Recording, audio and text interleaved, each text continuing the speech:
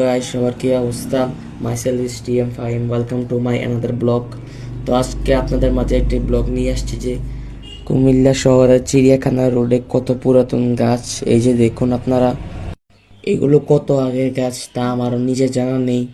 এই যে দেখুন, এই গাছটা অনেক বড়। এই গাছগুলো একটি নয়, আরো অনেকগুলো গাছ আছে।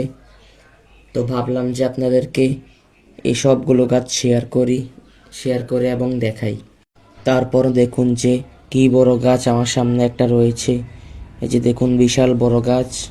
তারপর সামনে আর একটা গাছ দেখতে পেয়েছি আমি। এই যে দেখুন, আপনারা একটু লক্ষ্য করে দেখবেন, এটা হচ্ছে চিড়িয়াখানা রোড। এই যে দেখুন, বিশাল বড় গাছ, অনেক বড় গাছ। এই গাছগুলো আমার থেকে উচ্চতায় অনেক বড়। এই গাছটা লক্ষ্য করে দেখুন, বিশাল বড় ডাল। এই যে দেখুন, মানে এই গাছটার ডাল আমার চেয়েও অনেক বড়।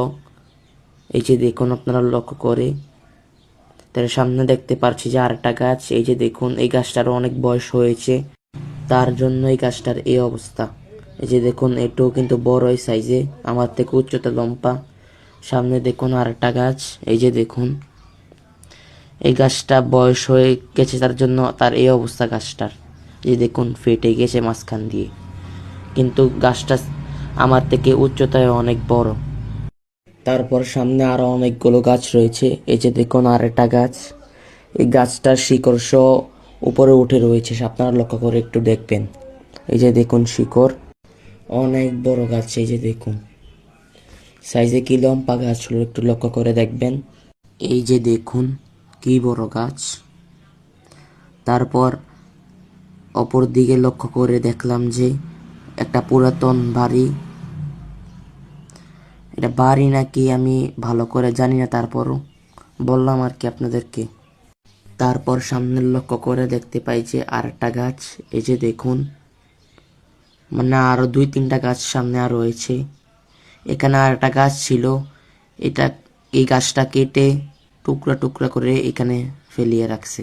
এই যে দেখুন গাছের সামনেই রয়েছে। এই যে দেখুন কি বড় গাছ, এখানেই গাছটা ছিল। আর এটা হচ্ছে কুমিল্লা চিড়িয়াখানা গেট, যে চিড়িয়াখানা এখন স্থগিত রয়েছে, তার ভিতরে কাজ চলতেছে। আপনারা যারা যারা আমার ভিডিও দেখেন তারা আমার ব্লগে দেখতে পাবেন কি চলতেছে চিড়িয়াখানার ভিতরে। তারপর অপর দিকে দেখুন কুমিল্লা চিড়িয়াখানার এলাকার মডেল মসজিদ। এই যে দেখুন পুরাতন বাড়ি, এটাও কিন্তু অনেক বড় বাড়ি। এই যে দেখুন গাছগুলো। তো গাইস, আমি এখন আমার বাসার উদ্দেশ্যে রওনা দিয়ে ফেললাম। তো গাইস, সবাই ভালো থাকবেন, সুস্থ থাকবেন। আল্লাহ হাফেজ।